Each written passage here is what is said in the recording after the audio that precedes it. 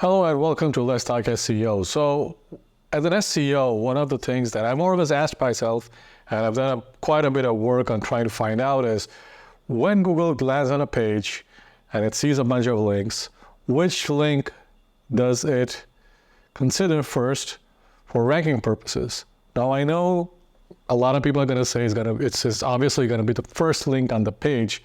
Not necessarily. My testing shows that Google's approach is a little more nuanced than just the first link on the page. And so, for instance, if you're linking from, let's say you're trying to rank a landing page, should it be the first link on your page? If you're building a cluster, should it be the first link on your cluster to the landing page? Should it be the second link, or should it be a link in the conclusion of your article? And so when you're building out clusters and when you're building out a topical map, like the one I provide you, knowing exactly where to place your anchor text is very important, because if you get that wrong, you probably might not be able to pass link juice from that cluster to the landing page, which defeats the whole purpose. And I see a lot of people do clusters and they don't see results from the clustering because they don't understand first link priority.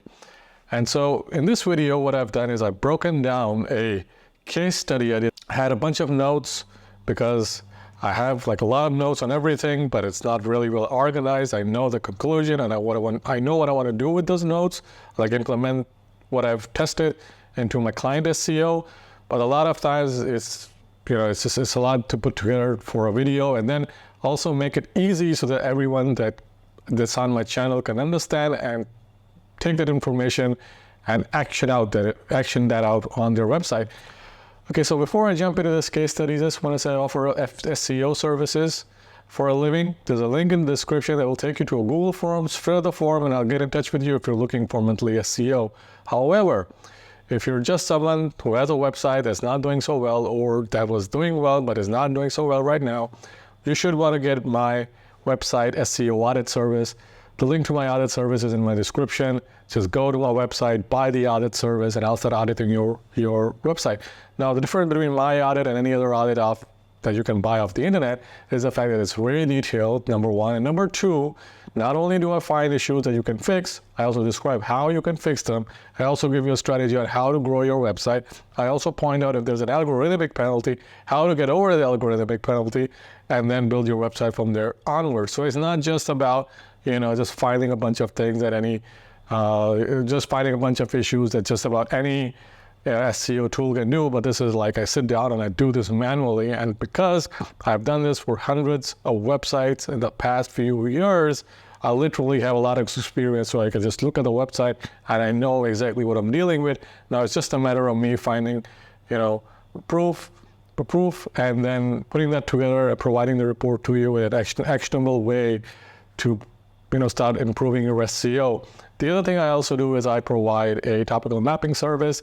If you're building an informational site from scratch, now with the latest Google algorithm update, the March update, the March core update, and the spam update, your process to build a new website should be really dialed in. So you should know exactly what do you want to target and how you want to build that authority. And so the topical map literally provides you with a map, so you know exactly what articles to write, how much to write, how many words to write, and then how they fit into the overall hierarchy of your website. Knowing that right away gives your website an edge. You don't even need backlinks in most cases, just the high quality content, internal linking, and you're off to a great start. And then the backlinks are icing on the cake, as I always say. So now that we have that out of the way, let's jump right into this case study. So selective link priority occurs when Google prioritizes certain anchor text or other anchor text on the same URL of the page. So if you have, for instance, 3 anchor texts on the same page, which one of those will Google prioritize? So let's say you have an anchor text that goes to your home page, then you have an anchor text that goes to your service page or one of your service pages, and one that goes to your blog post. Which one of those will Google prioritize? So commonly, it will be the first link, and thus it's called the first link priority. But what I've noticed is that after every update, especially the core algorithm update, there is a change to this priority, and Google keeps moving this around a little bit, not by a lot, but it's significant enough to affect your on page. And so if you know how Google is looking at the first link on your page, or what links Google is prioritizing on your page, that will help you improve your on page. And if you lost rankings, it will help you improve your rankings by improving your on page. And so after the latest March core update, well, it's not ended as of making this video, it's still ongoing. What I noticed was that there have been changes made to the first link priority, but I had no proof of it. So I started to run tests, as I always do. And this same change was made a few months ago with a previous core update. The change was insignificant, at least as far as I'm concerned, but this change is a little more significant. But I must add here, it's not a huge change. But if you're doing your on page, knowing this kind of thing is instrumental in helping you improve your on page SEO. But it's a little hard to measure. It's not exactly something that you could do a one-to-one measurement of, and so there may be a little bit of uncertainty, even on my part. But as I go through this case study, this test or case study, whatever you want to call it, you'll see that there are aspects of this that you'll find useful when it comes to doing your own SEO. And I run these tests a lot, so I probably will have more videos like this if people are interested. So, as I said, so what's the importance of link priority in SEO? So links are crucial for Google's ranking algorithm. That's obvious. If you've been following this channel for long enough, you already know the importance of links. But what many people assume is that Google treats all links on the page equally, or all links to other pages on the site equally, which is not really the case. So Google does not treat all links equally, especially when there are multiple links on the page that point to the same URL as internal links. So page rank and anchor text are two of the main signals that are passed through links. Again, Google says that they don't use page rank, but as we saw from from various documents published as of late, Google does use page rank, and page rank is most certainly alive and kicking, and it's not dead like some SEOs would have you believe. So the historical perspective on link priority is early SEO understanding. So the first link passes anchor text signals. This was something that we've always has been around forever.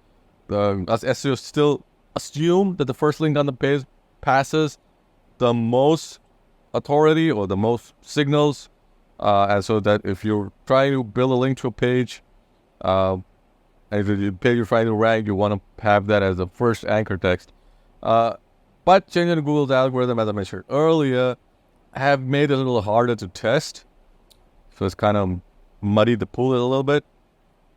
So the shift to selective link priority. And this shift was made over a decade ago. So Matt Cutts in 2014 and John Miller later in 2018 provided a few insights indicating a move away from first link priority, which was pretty much the established thing back then, to a more selective approach. But they didn't go into what the selective approach would be.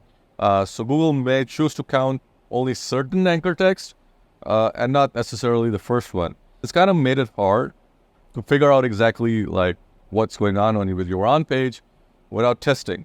And so the tried and true was the first link would pass the most juice prior to 2014.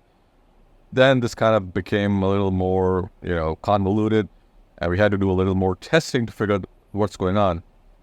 So experiments on selective link priority. So the methodology using Google Search Console's top linking text report to track which anchor text Google indexed. And so this is something not a lot of SEOs talk about, but if you go to Google Search Console and you go to your links and you check anchor text or index anchor text, you will see that Google will index certain types of anchor text, but not others. And so the question is, why is that? Now, granted, the Google Search Console doesn't report everything that the search engine does on your site. And so that's another misconception, that if Google Search Console is not reporting something, means that, Google doesn't see that, which is not always the case. There's a lot that Google Search Console does not report. But for this test, we're going to look at what Google Search Console reports, because it's from Google and it's directly tied in with our website. Well, there are other ways to do this, but I'm just going to focus on Google Search Console. So the key findings here is that I found that Google seems to count multiple anchor texts on the same page with the same target, especially if one of the links is an image. So let's say you had 3 links to your homepage, and then one of those links was an image.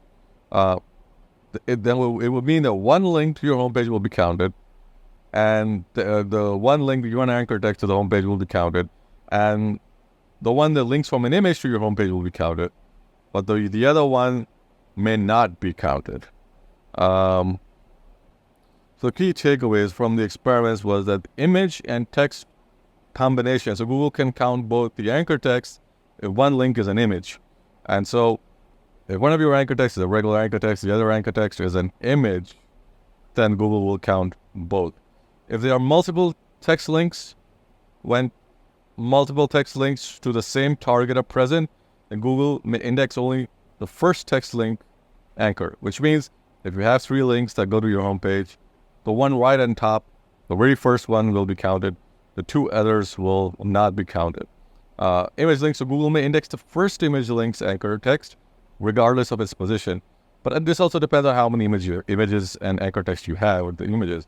So the first image, the first anchor text on that image will be counted, and the second image and the first anchor text on the second image may not be counted if it's to the same page. So implications for SEO strategy. So for anchor text variations within internal links are significantly correlated with higher rankings. So anchor text variations with internal links are significantly correlated with higher rankings. This is part of our on-page SEO strategy. So Google's selective approach to link priority emphasizes the importance of the strategic use of anchor text and link placement. Again, if you're trying to rank a page and you're linking to it to rank it, make sure it's the first link and you have at least one link from the page to the page you're trying to rank, and then a second link from an image for an image anchor text to that page. So that way the 2 links from that one page will be counted. And this helps with your off-page strategy, which I'm not going to go into, but doing this correctly will then explode your off-page strategy as well. Without it, you're not going to see much in the way of results. So image and text link combination. So Google can count both the anchor text. The one link is an image, as I mentioned. If you have multiple text links, when multiple text links to the same target are present, Google may only index the first text link's anchor. So again, as I mentioned here, only the one link to the home page is going to be counted. Image links, so Google may index the first image link's anchor text regardless of its position on the page. The second one is not as valuable. So optimizing for selective link priority. So prioritize the first text link and image links for the anchor text indexing. So as I said, if the one you're trying to rank, link to that as the first links. Each link to a URL can increase the URL's page rank. Again, if it's counted, it will increase page rank. If it's not counted, it will not increase page rank. Don't leave image alt attributes empty.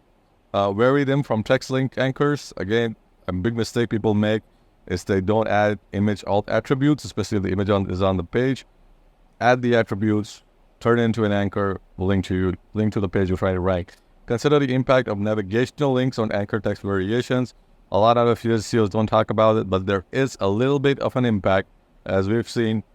It's not conclusive, but with the latest update, navigational links have a bit of an impact on rankings. Further testing is required, obviously, but for now, I'm just going to say this. The conclusion is understanding and adapting Google's selective link priority can enhance your SEO efforts. Obviously, anchor text remains a powerful signal even when Google's selective indexing approach. So even though Google keeps moving this around a little bit, and that kind of causes the fluctuations in rankings, or at least it's one reason why you see the fluctuations in rankings. But if you keep up with this, like we keep up with this over here, this gives us an advantage in a way because we're keeping up with this so that we can make sure that our clients and our own websites are always well optimized based on the latest Google algorithm update. And so we're always ahead of the competition, which is why, just about every one of my clients rank very high for the target keyword that they're going for, and with very little impact, even after major core updates and even during major core updates and spam updates or whatever. So we're not hit as hard because we're keeping at the very cutting edge of this type of research. There are ongoing tests. There are people that I'm in my business that continue testing, and we gather all this data. And if you guys are interested, we'll leave more videos like this. Let me know in the comments below. So I hope you guys like the video. Like and subscribe, and I will see you in the next video.